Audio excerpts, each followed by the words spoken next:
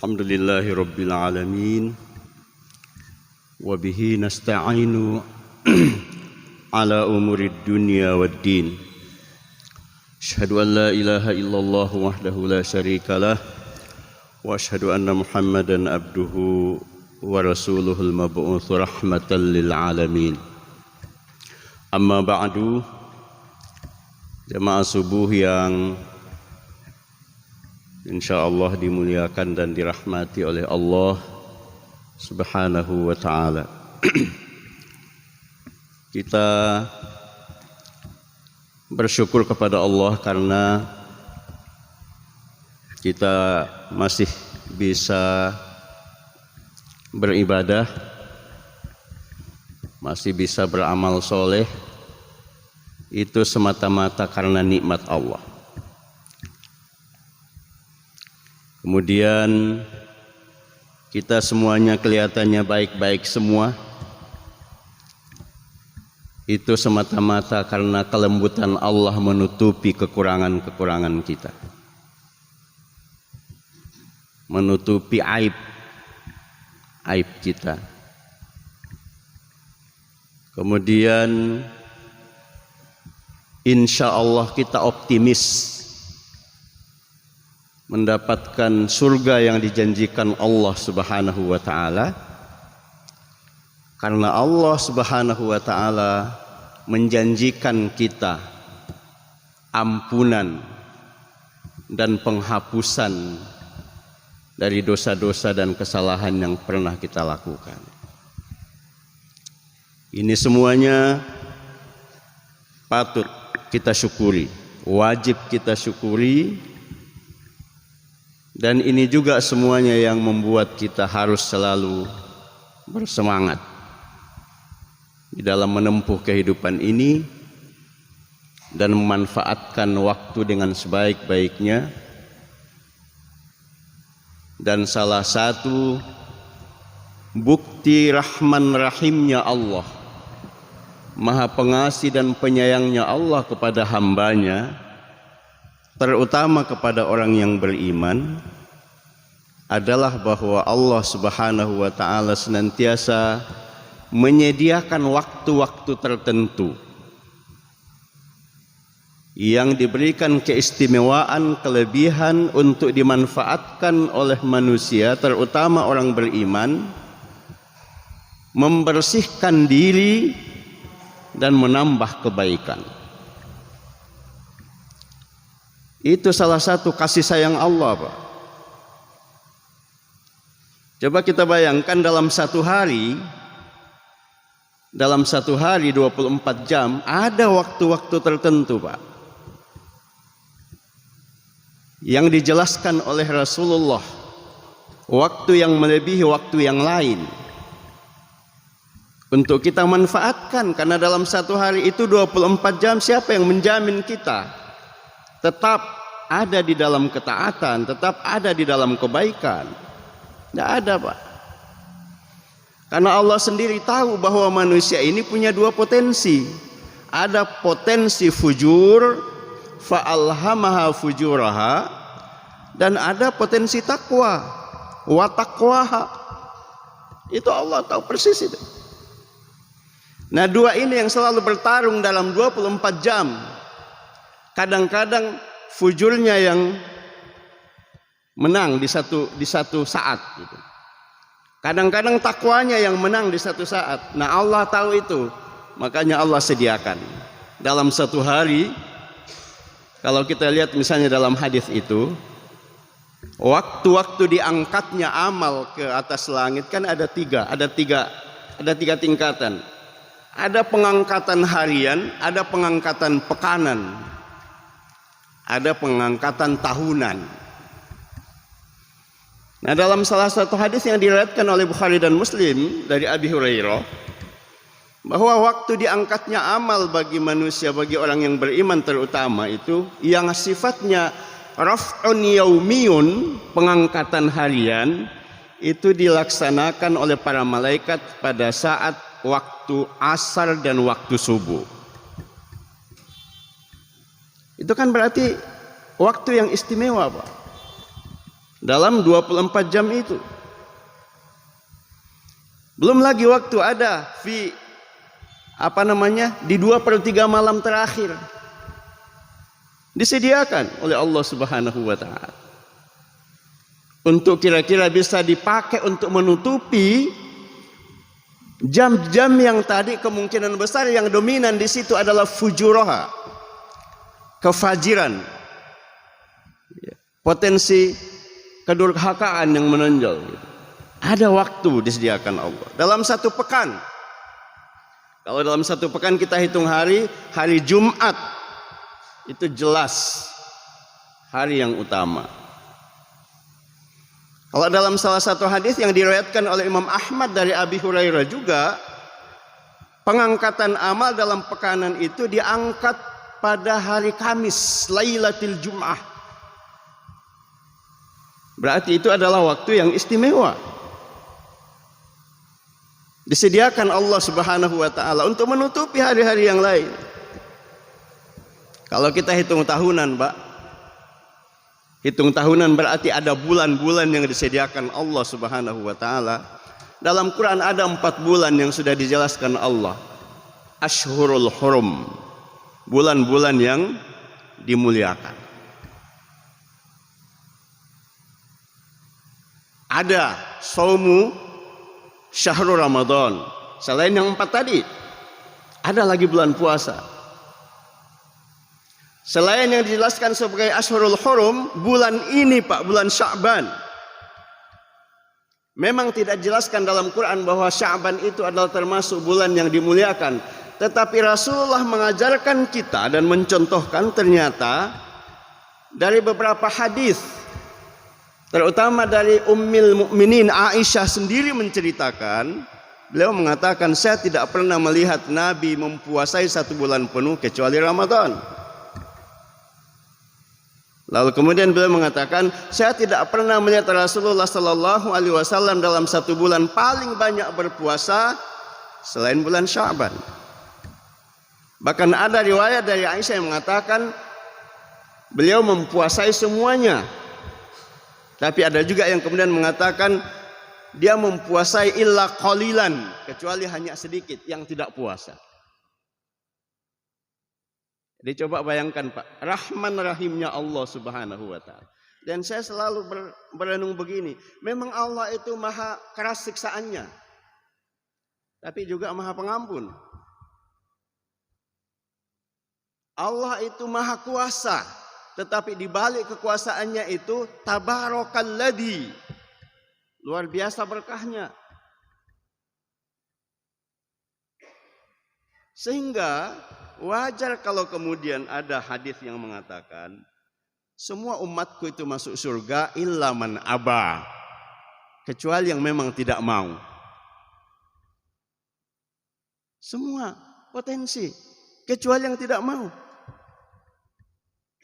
Nah, siapa yang tidak mau? Berarti yang tidak ikut jalan yang ditunjukkan oleh Allah dan Rasulnya. Sebab Allah sudah menunjukkan betul, ini jalannya. Kalaupun kau lewat di jalan ini ternyata ada belok-belok sedikit, masih ada kesempatan untuk meluruskan. Kan kira-kira seperti itu Allah. Sehingga Allah mengatakan dalam Quran, "Lau yu'akhidullahu an-nasa bima kasabu ma dhahara 'alal ardi min dabbah." Atau ma taraka 'ala dhahriha min dabbah. Kalau Allah setiap kali manusia ini bersalah langsung diberikan siksa, langsung diberi sanksi, mataroka ala dhahriha min dabbah, tidak akan ada manusia yang bisa hidup di permukaan bumi. Tidak ada yang tertinggal, Pak. Kenapa? Karena tidak ada orang yang tidak bersalah. Nah, karena itu dalam ceramah pendek hari ini, mari kita berusaha memanfaatkan waktu-waktu yang Allah sediakan itu. Kita manfaatkan waktu yang disediakan Allah dalam hitungan harian. Kita manfaatkan waktu yang disediakan Allah dalam hitungan pekanan. Dan mari kita manfaatkan waktu yang Allah siapkan dalam hitungan tahunan.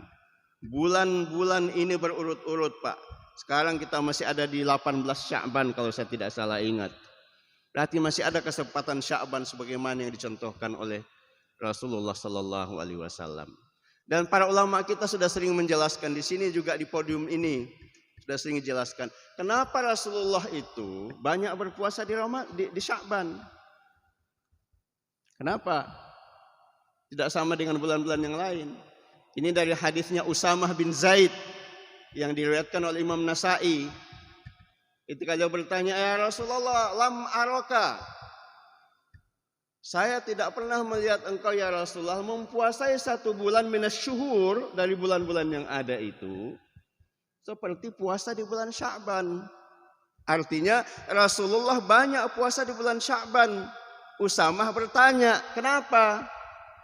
Kata Rasulullah sallallahu alaihi wasallam, karena bulan Sya'ban ini Pak, syahrun yaghfalun nasu anhu. Banyak orang yang lalai. Kenapa banyak orang yang lalai? Karena dia diapit oleh 2 bulan utama, yaitu bulan Rajab dan bulan Ramadan. Jadi kata Rasulullah, orang itu sibuk dengan 2 bulan ini. Mencari keutamaan di 2 bulan ini dan lalai di bulan Sya'ban. Nah, ada seorang ulama yang mengomentari, ini bagus komentarnya. Kata beliau, ini mengisyaratkan kepada kita bahwa kadang-kadang kita ini atau manusia ini kalau ada yang populer, ya, sudah ada yang terlanjur masyhur, kadang-kadang orang itu tidak lagi berusaha mencari, jangan-jangan ada keutamaan juga di tempat yang lain. Atau jangan-jangan ada keutamaan juga di waktu yang lain. Atau bahkan ini tidak hanya berlaku pada waktu dan tempat, bisa juga pada orang, kata ulama kita. Kadang-kadang kalau ada orang yang begitu masyhur, begitu populer, begitu terkenal, orang tidak lagi berpikir, mungkin ada juga yang keutamaan pada orang lain yang bahkan boleh jadi lebih utama, cuma dia tidak terkenal. Nah ini kata Rasulullah sallallahu alaihi wasallam. Lalu yang kedua alasan beliau, karena di bulan Sya'ban itu adalah waktu pengangkatan amal dalam hitungan tahunan. Maka kata Rasulullah, fa uhibbu an yurfa'a amali wa ana shaimun. Karena bulan ini adalah bulan di mana amal-amal kita turfa'u ila rabbil alamin, diangkat kepada Allah Maha Kuasa alam semesta. Fa uhibbu an yurfa'a amali wa ana shaim. Saya ingin amal saya diangkat kepada Allah dalam keadaan saya sedang berpuasa. Karena kan kita tidak tahu Pak, tidak ada penjelasannya kalau bulan Sya'ban itu hari apa, berapa Sya'ban diangkat. Hanya dikatakan syahrun turfa'u a'malun nas fihi al-a'mal atau a'malun nasi ila rabbil alamin. Di dalamnya diangkat amal-amal manusia ke Allah Subhanahu wa ta'ala. Lalu ulama lain, dan ini yang saya kira juga penting menjadi nasihat buat kita, sering saya ingatkan, ini juga mengajarkan kita bahwa beramal soleh, beribadah di saat-saat banyak orang yang lalai, ya Pak, itu luar biasa dicintai oleh Allah. Tetapi itu juga susah, tidak gampang. Beribadah di amal-amal di waktu-waktu banyak orang yang lalai. Karena kata para ulama kita, di waktu-waktu banyak orang yang lalai, yang banyak dilakukan orang itu adalah memperturutkan syahwat. Pada saat orang seperti itu, tiba-tiba ada orang yang tekun beribadah, memperhatikan ibadah, berarti itu tanda bahwa orang itu benar-benar cinta pada ibadah, cinta pada kebaikan. Karena tidak gampang orang berbuat baik ketika rata-rata orang tidak berbuat baik.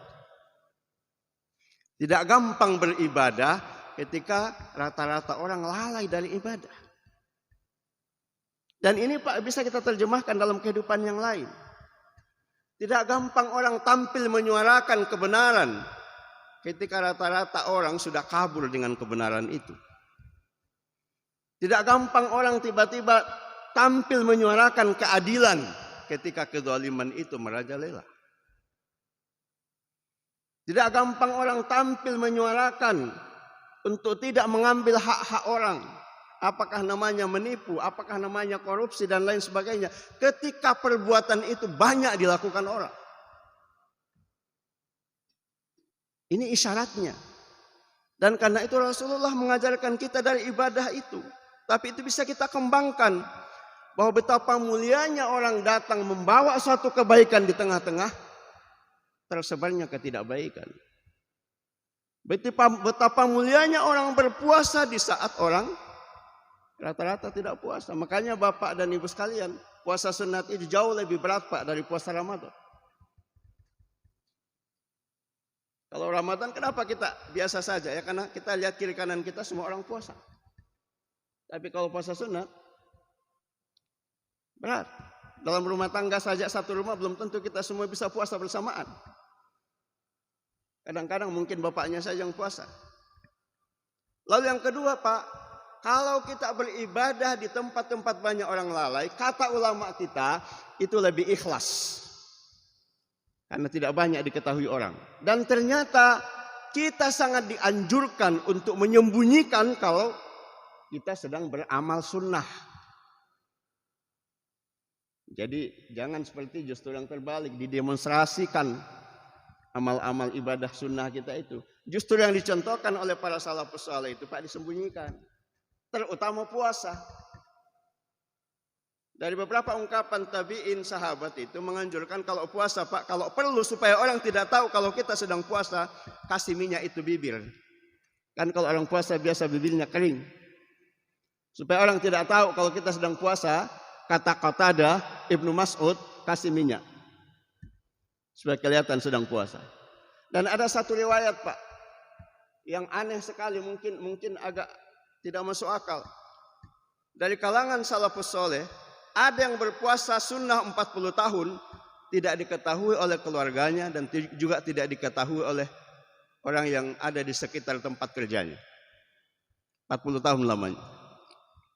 Kenapa tidak diketahui? Setiap kali dia keluar dari rumah pagi, pergi ke pasar, kebetulan dia kerja di pasar, bawa roti 2 potong. Sampai di pasar roti itu dia bagi-bagi ke orang yang ada di sekitarnya. Jadi orang di rumah menganggap bahwa roti yang dia bawa itu adalah bekalnya untuk dia makan nanti. Jadi orang di rumah tidak tahu kalau orang ini sedang puasa. Orang di pasar mengira pasti dia makan tadi sebelum dia berangkat. Karena ada roti dia bawa. Itu selama 40 tahun. Begitu ikhlasnya mereka beribadah. Terutama ibadah puasa. Sampai 40 tahun lamanya berpuasa sunnah tidak ada yang tahu. Nah kita kan kadang-kadang terbalik. Karena masih ada rasa-rasa ujub, rasa-rasa bangga.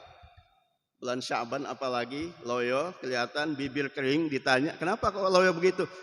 Tidak mau tahu kan bulan Sya'ban ini? Ini bulan Sya'ban. Itu artinya apa? Dia ingin ditahu bahwa dia sedang puasa Sya'ban.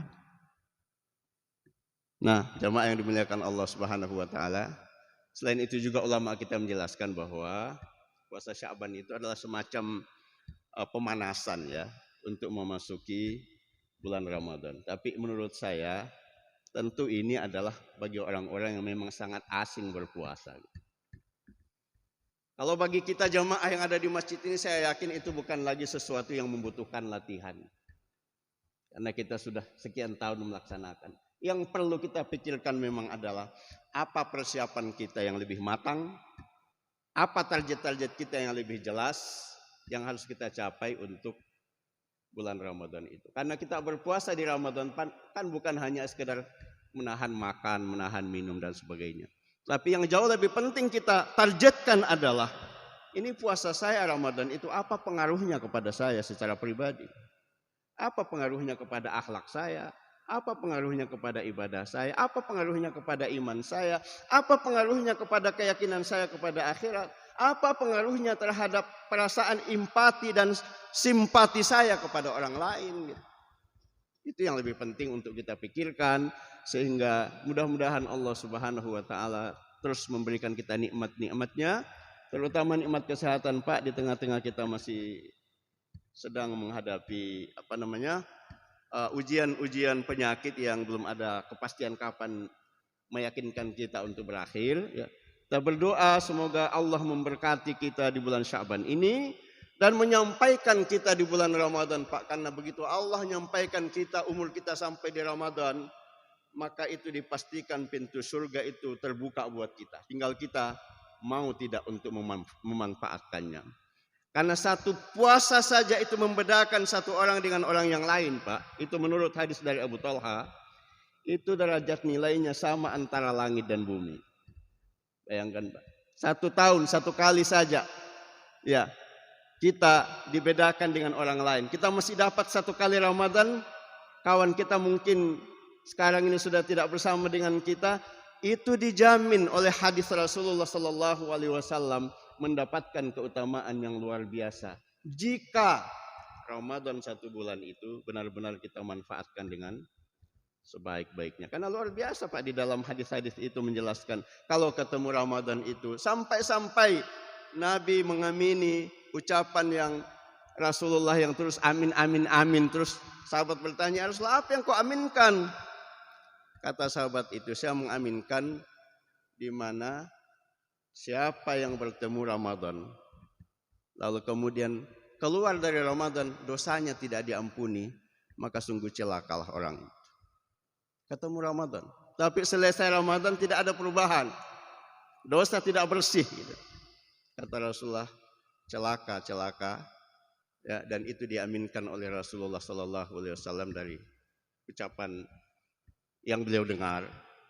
Lalu kemudian ditanya, karena tiba-tiba saja 3 kali amin amin amin, maka yang dia aminkan adalah ya kecelakaan bagi orang yang bertemu Ramadan, tapi Ramadan selesai dosanya tidak bersih, tidak diampuni oleh Allah Subhanahu wa taala. Jamaah yang dimuliakan Allah, saya kira ini pengulangan nasihat sebagai motivasi dan semangat buat kita. Dan yang tidak kalah pentingnya selalu kita tekankan adalah mari kita terus belajar Pak, menambah ilmu ya. Karena ilmu ini luar biasa pentingnya untuk menjadi pemandu kita dalam menjalani kehidupan kita agar kehidupan kita menjadi lebih baik, lebih menjamin keselamatan dan kebahagiaan kita di dunia dan di akhirat insyaallah. Aqulu qouli hadza wa astaghfirullahal azim li wa lakum wa lisairil muslimina fa ya fauzal mustaghfirin wa ya najatat taibin wa billahi taufiq wal hidayah. Assalamualaikum warahmatullahi wabarakatuh.